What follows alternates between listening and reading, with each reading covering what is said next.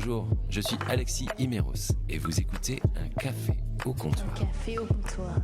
Un café au comptoir.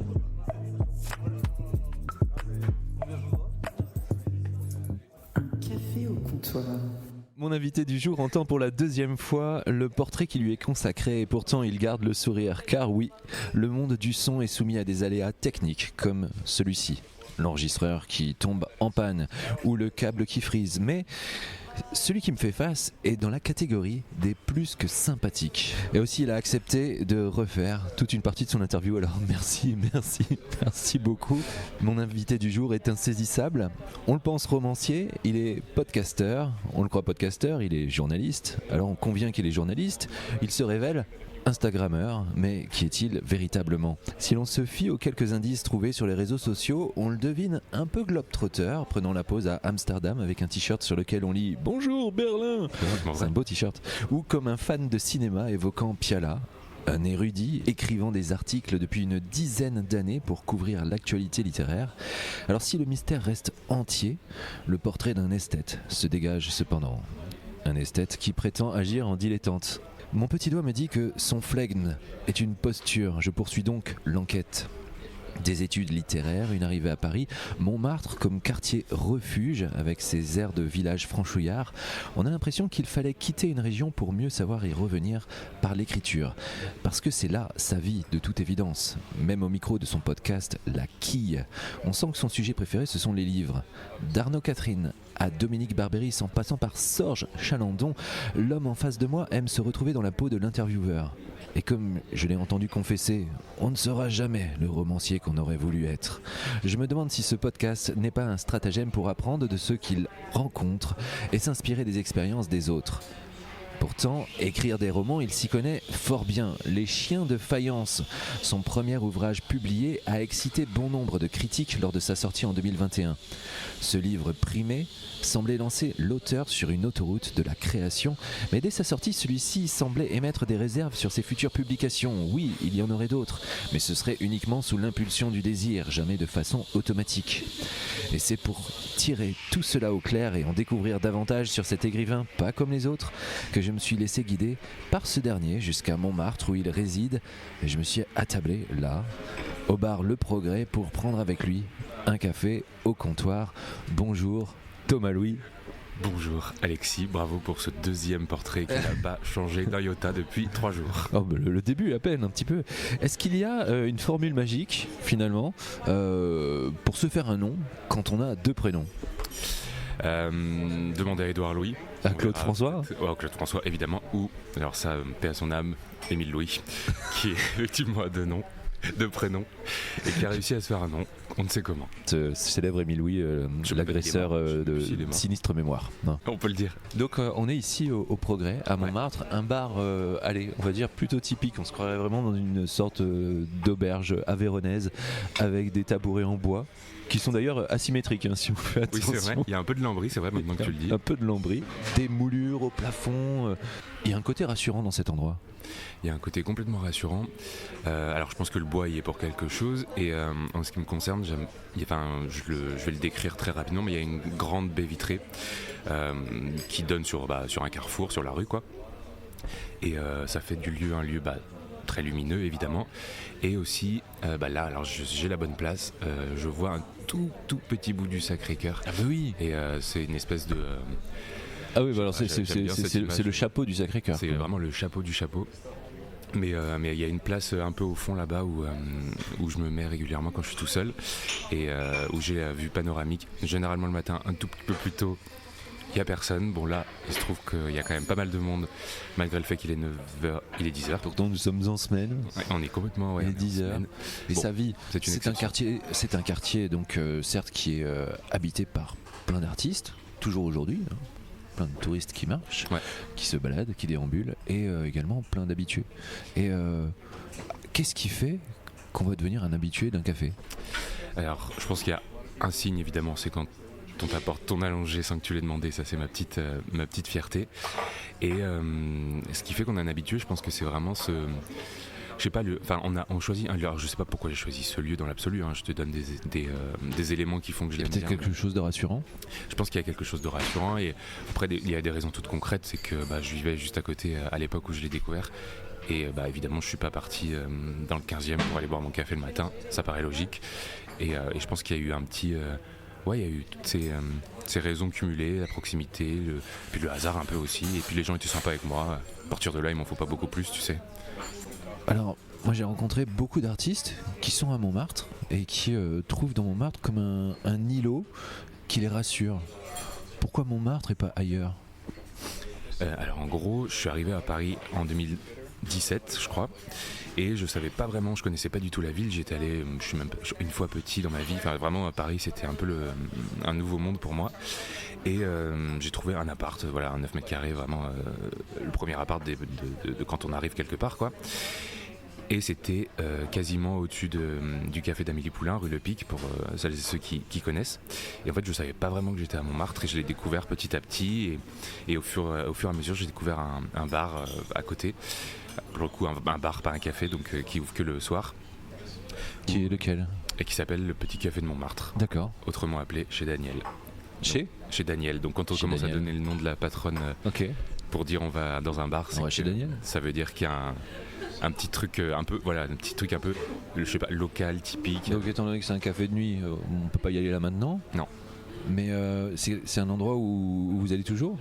Où je vais toujours, et Daniel elle suit un peu mes aventures, mais avec son fils Cyril. Enfin, c'est un truc de famille un peu, et il y a énormément d'habitués comme on en fait partie du coup avec mes amis, et puis je sais pas, on y trouve toujours, on y passe du bon temps. C'est tout petit, mais le temps passe hyper vite là-bas. On y écrit dans un café ? Dans un café, on n'y écrit pas chez Daniel, mais chez Daniel. Au Progrès, typiquement, on peut y écrire. Surtout, précisément, comme je vous disais, le matin, où il n'y a pas grand monde, et où je me sens un peu seul au monde, avec cette grande baie vitrée, cette place au fond que je me suis attribuée.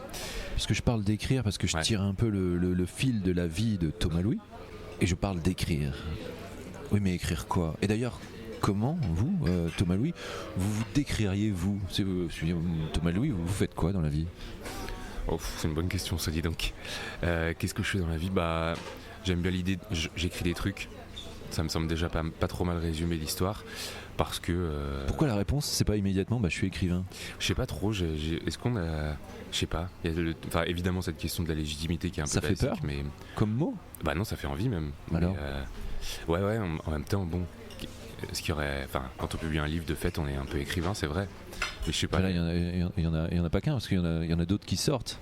En plus, ouais, bien sûr, mais je sais pas. Il y a un petit côté un truc de l'imposteur, mais comme tout le monde, franchement, je crois. Mais bon, je suis écrivain, si vous voulez. Journaliste, écrivain, on y va. Parce qu'au tout début, de Thomas Louis, c'est Instagram, c'est des photos, c'est des voyages, c'est ce t-shirt dont je parlais où c'est écrit. Bonjour Berlin. Bonjour Berlin. C'est aller sur tel site et puis mettez ce code promo, des choses comme ça. Plus du tout aujourd'hui. Pas du tout. Et en fait, ça m'a beaucoup aidé d'avoir ça quand je suis arrivé à Paris, précisément, puisque je me suis lancé tout seul comme potentiel journaliste, mais je savais pas du tout que c'était compliqué. Donc heureusement qu'il y a eu ça, et je sais pas qui sont ces gens qui me suivent sur Instagram, mais une fame. Bravo à vous. Et merci surtout. C'est-à-dire que de passer de quelque chose où vous dévoilez beaucoup de vous-même, alors c'est toujours une sélection de ce qu'on montre, bien sûr, eh bien il est arrivé comme une pudeur aujourd'hui. Ouais, j'ai pas du tout le même rapport désormais aux réseaux sociaux. J'ai presque envie parfois de supprimer mon compte. À ce point-là. Ouais, presque, à ce point-là. Je poste plus rien de rien. Maintenant, il y a les stories, les machins. J'aurais pas pu faire de spéléo, quoi, en fait, de remontées archéologiques. Ouais, et même moi, j'y vais plus trop non plus. Enfin, j'y vais quand même évidemment tous les jours, mais je me connecte pas trop. Enfin, je scrute plus du tout les profils. Je fais plus grand chose en fait dessus. Donc le rapport a complètement changé, parce que aussi peut-être j'ai grandi. Enfin, c'est même sûr, j'ai évolué. J'allais dire j'ai grandi, mais j'ai vieilli. Ça y est, je peux le dire. J'ai vieilli. Il y a un rapport à la vie, aux réseaux sociaux de fait qui est différent, et c'est moins excitant. C'est beaucoup moins excitant. C'est même je te dis. je sais pas, parfois mon compte je m'en fous un peu et je me dis bon, est-ce qu'on le supprimerait pas comme ça une bonne fois pour toutes. Je le ferai pas je pense, mais Et non, je parlais des réseaux sociaux parce que aujourd'hui, être écrivain, comme être artiste, comme chanteur, peintre, on a l'impression qu'il y a ce passage obligé vers une relation qui passe par les réseaux pour toucher le public, pour créer de l'actualité autour de son actualité. ouais. Bah, je pense qu'il y a Les éditions ou votre éditeur vous demandent pas ça? Alors non, déjà je vais changer d'éditeur pour le deuxième bouquin, mais même au-delà de ça, pour le premier roman, La Martinière s'en fichait complètement de moi en fait, enfin de mes réseaux, de mon activité parallèle. Mais après non, je sais pas, il y a des écrivains comme là je pense direct, je sais pas pourquoi, mais à Leila Slimani ou à Amélie Nothomb, qui n'ont absolument pas les réseaux sociaux et qui, je crois, fonctionnent plutôt pas mal en librairie. Totalement. Et donc je me dis qu'évidemment c'est possible, c'est juste qu'il doit y avoir Une sorte d'idée reçue peut-être? Alors non seulement ça, mais je sais pas quel est le secret. Bon, tu vas me dire c'est peut-être le prix Goncourt pour Leila Slimani, le secret, mais il doit y avoir enfin, je sais pas. Peut-être juste la qualité de leur bouquin suffit finalement. Bon là, en l'occurrence, moi j'ai peut-être commencé à reposter quand même du coup, mais pour Le talent. ouais, leur talent suffit, je pense, mais Le vôtre aussi sans doute. franchement non, je pense pas. Mais Pourtant, ouais, en fait, le premier roman a été célébré par la critique. Il y a eu quelque chose où on découvrait un auteur qui, à la fois, avait une sorte de cynisme, quelque chose de très noir. Vous avez été comparé même à une certaine l'écriture de Boris Vian, avec cette envie de ce comique presque, cet humour. Qui n'est pas un humour en plus, qui n'est pas un humour qui est très, qui n'est très tendance. Aujourd'hui, on est plus dans quelque chose de très littéral. On prend parti ou on ne prend pas parti. ouais, bah ça dit vachement. Je pense que ça dit pas mal de mon rapport à tout ça, c'est que je prends vachement de recul et ce que j'ai écrit, bah en fait j'étais juste content de l'écrire. Surtout que je savais pas que j'allais être publié à ce moment-là, donc il y avait vraiment aucun enjeu. Aucune pression, aucun enjeu. Et je sais pas, ça m'amusait de mettre un peu d'humour. Alors je l'ai fait. Pour le deuxième, effectivement, c'est pas la même limonade parce que je me suis. La même limonade. La même limonade, ouais. Parce que je me suis. Bah, forcément, j'ai pensé au fait qu'on me lirait, qu'un éditeur me lirait. Merci. Et que potentiellement ce livre allait vraiment être publié. Alors que je pense que je revivrai jamais cette sensation d'écrire un premier roman, puisque je ne savais pas que c'était mon premier roman. Là, je sais à peu près qu'il y a des gens qui m'attendent, enfin un éditeur, pas forcément des lecteurs, hein, mais quelqu'un qui va le lire, c'est évident. Et forcément, il y a moins de naïveté, moins d'impulsivité, et plus d'enjeux en l'occurrence. On va faire un petit vrai ou faux. Café au comptoir.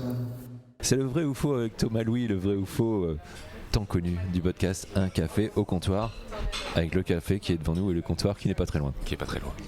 Vrai ou faux Thomas Louis, le Beaujolais coule dans vos veines? C'est une vérité absolue. Je viens du Beaujolais évidemment, je crois que je l'ai dit, et tous les Beaujolais nouveaux, je rapporte une bouteille obligatoire à mes amis, qu'ils aiment pas, c'est pas mon problème. Et on boit le Beaujolais nouveau, c'est comme ça, même si c'est pas particulièrement bon, même moi je suis pas. Si on prend un peu de recul, hyper fan non Vous plus. n'aimez pas faire la fête, vous? Je suis beaucoup moins fêtard. Alors il se trouve que ce week-end, peut-être que dans le vrai ou faux on verra mon visage, mais j'ai fait un week-end où j'ai fait la fête, mais c'est vraiment très rare. Mais, Très rare à ce moment-là? Oui, c'est vraiment très rare. C'est juste que j'adore boire des coups, mais est-ce que c'est faire la fête, boire des coups? Affaire à suivre. Ça peut faire partie de la fête. Alors j'aime bien faire la fête. Vrai ou faux, ce n'est pas grave, est une phrase qui vous colle à la peau. C'est une phrase qui me colle à la peau depuis des années maintenant. C'était mes amis qui m'avaient appelé comme ça à la fac, parce que je suis parti du principe qu'il fallait tout relativiser. Alors souvent ça me fait paraître pour quelqu'un d'un peu, je sais pas, apathique ou parfois même un peu. Tout vous passe dessus? Ouais, exactement. À ce point-là? Et à ce point-là, ouais. Donc c'est aussi pour ça que j'arrive pas trop parfois à me réjouir ou au contraire à être déçu. Il y a un manque d'empathie envers certaines choses ou... Il y a une forme d'apathie, je pense, on va peut-être pas faire une psychanalyse maintenant, mais pourquoi pas. Mais pourquoi pas. Alors, mais en tout cas, cette phrase me colle toujours à la peau encore à 30 ans aujourd'hui. C'était, je pense, à 20 ans quand même.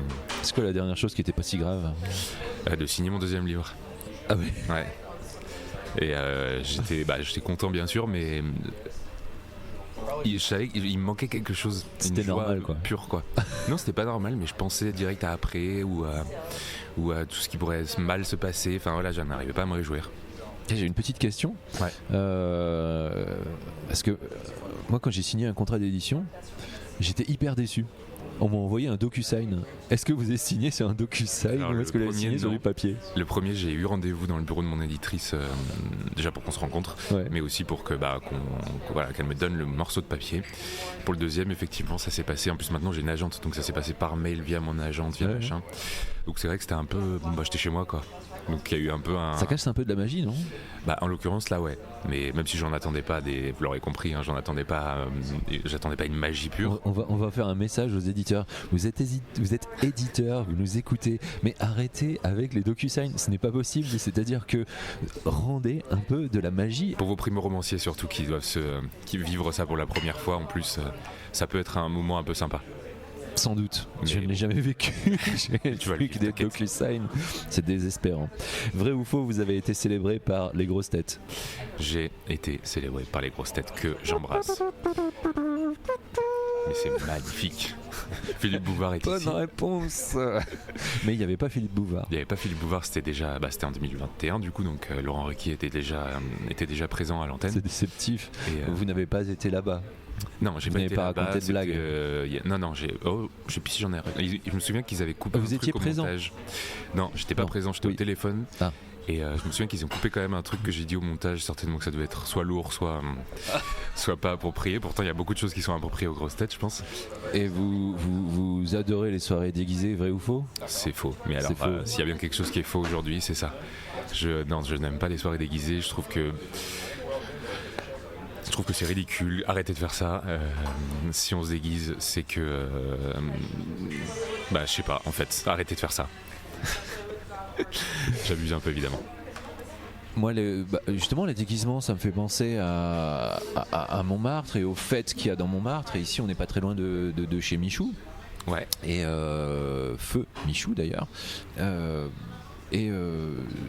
Michou, donc, c'est le déguisement, mais c'est aussi tout l'esprit de Montmartre. Et vous, en tant que journaliste, vous écrivez sur Montmartre de temps en temps. Ouais, je fais partie de l'équipe du Chat Noir. C'est la revue historique de Montmartre. On n'est pas beaucoup dans l'équipe. On est, je sais 7, je crois. Et c'est génial parce qu'en fait, on n'écrit pas que sur Montmartre, mais on sait très bien pour qui on écrit. Les gens de Montmartre. On est des gens de Montmartre qui écrivons pour les Montmartrois. Le Chat Noir se vend encore un peu comme ça à la merde, j'ai oublié le terme. À la criée. Non, pas du tout. Oui, On n'est pas des poissons. sans doute ça. Non, oui, la Bon, criée, c'est des il poissons. se lit un peu, il se vend encore un peu dans la rue comme ça. J'allais dire à la sauvette, mais voilà. Moi, allez, à la sauvette. Moi, ce que j'avais envie de savoir, c'est quoi la routine de l'écrivain? Je crois que je considère vachement je considère vraiment l'écriture comme une espèce de hobby, de jeu. Donc par exemple, il y en a, je sais pas si vous faites du sport, de la peinture, peu importe. Mais il se trouve que moi, c'est l'écriture, ça correspond parfaitement avec mon caractère. Je suis assez solitaire, etc. Et en fait, l'écriture, c'est quelque chose qui m'amuse, qui m'intéresse, qui me stimule aussi. C'est aussi pour ça que j'écris plein de choses que je publie pas et qui n'ont pas vocation à être publiées. Donc, la réponse est décevante, mais j'ai pas de routine d'écrivain. Est-ce qu'il y a des personnes qui vont écrire que le matin? Ouais. Moi, c'est vraiment ce truc aussi que j'ai pas une double vie du tout, mais j'ai un métier à côté et parfois il faut que je ponde un article. Donc j'ai pas toujours le luxe de pouvoir me permettre de choisir. Bien sûr. Mais et surtout, je crois que j'en veux pas, puisque en fait, j'écris un peu quand bon me chante. C'est le désir et l'impulsion. Oh oui, complètement même. Finalement, est-ce que ça rend pas plus compliqué encore la création du roman? Ou est-ce que ça la nourrit? Après, quand je suis dans l'écriture d'un roman, quel qu'il soit, d'un texte, d'une nouvelle, peu importe, j'ai un peu tendance quand même à privilégier ce moment et à passer la journée dessus, quitte à ne pas travailler. Donc ça peut être dangereux. Ne reproduisez pas ça chez vous.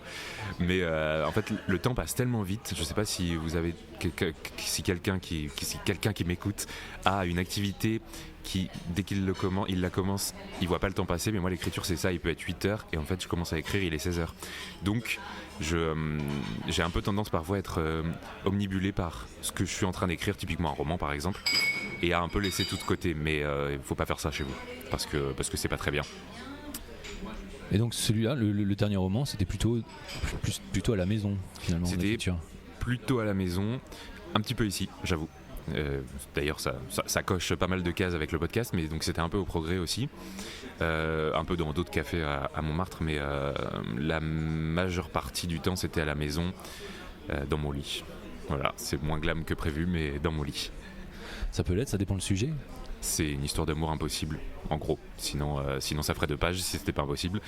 Mais en gros, c'est ça l'idée. Donc on s'éloigne vraiment des sujets du premier roman.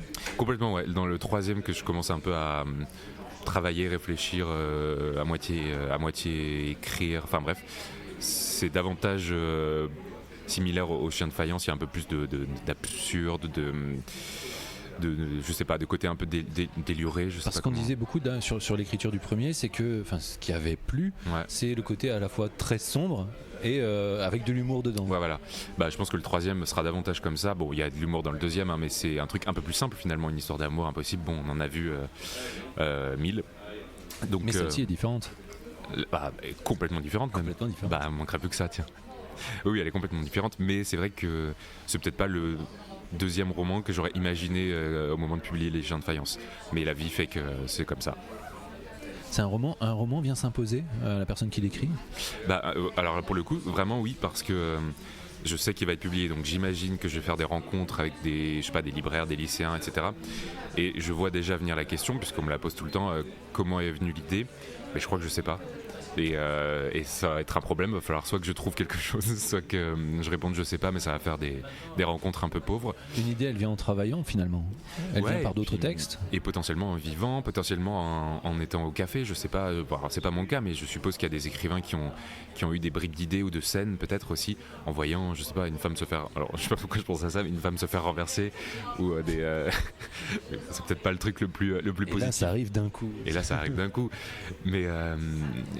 Mais oui, donc voilà, il n'y avait pas vraiment de contour au 2e. Si je réfléchis bien, j'imagine qu'il y a des contours, mais comme ça, tout de suite d'instinct, je vois pas. J'ai pas de raison concrète, donc je vais en trouver une. Note à moi-même, trouver une raison. Trouver une raison pour laquelle j'ai écrit ce livre. Ça peut être pas mal ça. Et moi, il y a une question que je me posais, je vais revenir sur le podcast La Quille. Comment il est né ce podcast ? Au tout début, c'était une couverture d'événements culturels, et très rapidement il y a eu cette envie de parler, de créer des entretiens avec des personnalités du monde de la culture, beaucoup d'écrivains. Et là je me suis dit, waouh, sacré réseau l'animal. Eh pas du tout, figure-toi. Donc au début c'était même un peu ridicule, un peu malaisant pour moi-même, mais je parlais tout seul devant mon micro et je relatais, je sais plus, 3 événements de la semaine culturelle. Bon, et en fait c'était juste tout simplement une couverture parce que mon objectif, c'est juste que j'osais pas, mais c'était de faire des interviews avec des gens qui m'inspiraient, que c'était vraiment très égoïste en fait comme raison à la base, c'était pour rencontrer des gens qui m'inspiraient, et j'avais pas publié de roman à l'époque. Je pense qu'il y avait un peu de ça aussi, une espèce de fanboy dans l'âme qui voulait rencontrer des gens. Et en fait, j'ai absolument pas de réseau, puisque je sais pas si vous l'avez compris, mais je viens pas du tout de Paris, du milieu, etc. Et donc, j'ai fait ce qu'on imagine. Imaginez-vous vouloir inviter quelqu'un, comment vous feriez ? Voilà, c'est à peu près ce qui m'est arrivé, comme le processus de réflexion était le même. En gros, j'ai contacté sur Instagram, où je trouvais des mails ou je ne sais quoi. Et de fil en aiguille, il y a Machine qui a vu que Machin est venu, donc ça doit pas être nul, ce podcast, tout ça. De fil encore en aiguille, je me suis retrouvé sur les listings des attachés de presse, des maisons d'édition, tout ça, qui m'envoyaient leurs livres. Maintenant, vous avez une belle bibliothèque. Une énorme bibliothèque. J'ai rajouté 3 bibliothèques, 3 étagères la semaine dernière chez moi. Et voilà, ça s'est fait de manière assez naturelle, et surtout, en fait, je mettais pas beaucoup d'enjeux dedans. Je voulais juste rencontrer des gens, et je voulais pas avoir absolument, je sais pas qui. Comment on prépare une interview d'un écrivain, finalement ? On lit ses livres, déjà. Ça, c'est la base. On lit ses livres. Alors, on lit son dernier livre, parce que souvent, en tout cas, en ce qui me concerne, les interviews portent sur la nouveauté de la personnalité que j'interviewe. Donc, on lit le livre. On lit bien le livre, si possible. Enfin, moi, quand j'aime bien lire le livre avec le regard de l'intervieweur. C'est-à-dire que quand j'ai déjà lu le livre et que je me décide à l'interviewer, je note moins de choses dans ma lecture, parce que souvent je pense direct à une question que je pourrais lui poser quand je le lis. Donc je me munis de mon crayon à papier et je souligne, oui je corne, oui je souligne les livres, pardon à tous. Et donc ça déjà, si possible on en lit d'autres de l'écrivain, ça serait pas mal, histoire de voir si, je sais pas, si le livre a une portée singulière dans son œuvre, si ça coche des cases de ce qu'il a déjà écrit, enfin bref. Et puis on regarde sur internet aussi, hein, forcément. Vous pensez que c'est quelque chose qui se perd? Parce que j'en discutais il n'y a pas très longtemps avec Arnaud Laporte de France Culture. Il me disait en fait il y a plein de gens qui interviewent des artistes sans rien connaître de leur œuvre. Ouais, bien sûr. Je pense que ça se perd. Enfin, je sais pas si ça se perd parce que je suis pas personne pour dire ça, mais je crois qu'avec les émissions, en tout cas sur les grands médias, sur les radios, sur les télés, où il y a 2-3 interviews tous les jours, de toute évidence, on peut pas lire, voir, écouter. Enfin, les journalistes ne peuvent pas lire, voir, écouter. J'imagine. Je sais même pas en plus, mais c'est moi qui me dis. Enfin, je me dis ça, mais ça me paraît assez normal de pas pouvoir lire de livres tous les jours. Donc je suppose qu'on perd peut-être une espèce d'enjeu aussi dans l'interview, et quand on fait quelque chose comme toi ou moi, de beaucoup plus déjà de plus confidentiel, de moins régulier. C'est une fois par semaine, et encore quand j'ai envie. Ça permet tout simplement de s'intéresser vraiment à la personne qui est en face de nous. Un invité de rêve. Un invité de rêve. Alors plus maintenant, mais à chaque fois. Enfin, encore une fois, j'ai fait des rencontres hier en lycée à Strasbourg, et à chaque fois je réponds. On m'a posé la même question et j'ai dit Fanny Ardant parce que c'était mon rêve. D'accord. En 2020, en 2019 quand j'ai créé le podcast. Mais maintenant ça a changé. Bien sûr. Ouais. Maintenant oui, plus du tout. Mais bon, j'ai plus vraiment d'invité de rêve, je crois. Enfin, si je réfléchis 2 secondes, mais on n'a pas 2 secondes. Je sais pas, je dirais Fanny Ardant. Voilà, très bien. À nouveau Fanny. Et s'il fallait tout refaire, si ça avait été une toute autre carrière, c'eût été quoi? C'eût probablement été dessinateur. Alors j'ai une breaking news. Je viens de m'acheter un iPad et un stylet. Enfin, dessinateur, illustrateur, je sais pas, bref, faire du dessin. Mais seul problème, je n'ai aucun talent. Donc, je sais vraiment pas dessiner. Mais c'était un bon achat. N'en dites pas plus. Ça va pas m'arrêter. J'ai décidé que j'allais, je sais pas, me prendre former. Des cours de dessin. J'ai déjà pris des cours de dessin aux ateliers des petites écuries pour les Parisiens dans le 10e. Ça n'a pas du tout été concluant parce que ça a été concluant. C'était pas horrible ce que je faisais, mais en fait, vous êtes typiquement le genre de personne où on lui dit ça va pas marcher, vous le faites quand même. C'est peut-être le réflexe du freelance de se dire en fait j'ai quand même, tout est possible dans l'absolu, et rien aussi, tu vas me dire, mais je me suis dit tout est possible, why not. Voilà, il suffit de s'acheter un iPad, un stylet, de dessiner un petit bonhomme. Il va être horrible les premières fois évidemment, et peut-être que dans 3 ans ça sera un super bonhomme. Et puis ça fera un livre pour enfants, écrit et dessiné par. Ça serait génial, bien sûr. Mais c'est un peu mon rêve. Himself. Bien sûr. Voilà. Himself. S'il fallait tout refaire, et on va imaginer que finalement vous reprenez le Progrès, ce café dans lequel nous sommes, ou tout autre d'ailleurs, et on va dire que il y a un petit examen à passer. Il y a 3 questions pour vous. Ouais. La première, qu'est-ce qu'une French press? C'est une machine à café. Oui. Mais. Ah, il y a un mais. Une French press, c'est.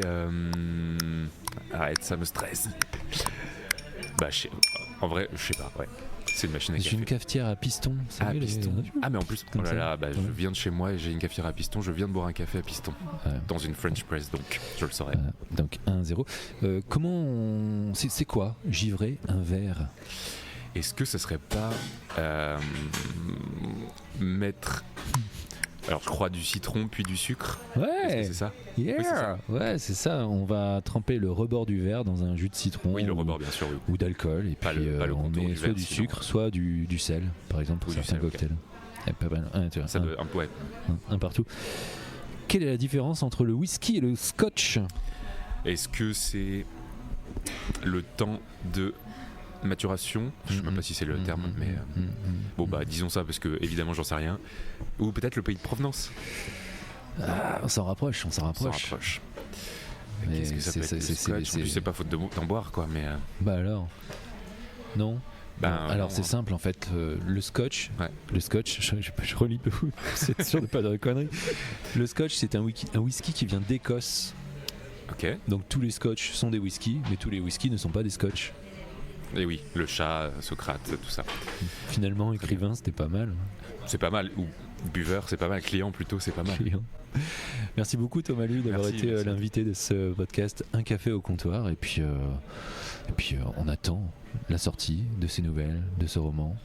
Merci. Et on écoute La Quille. Bah, bien sûr, on écoute, on se connecte. À bientôt.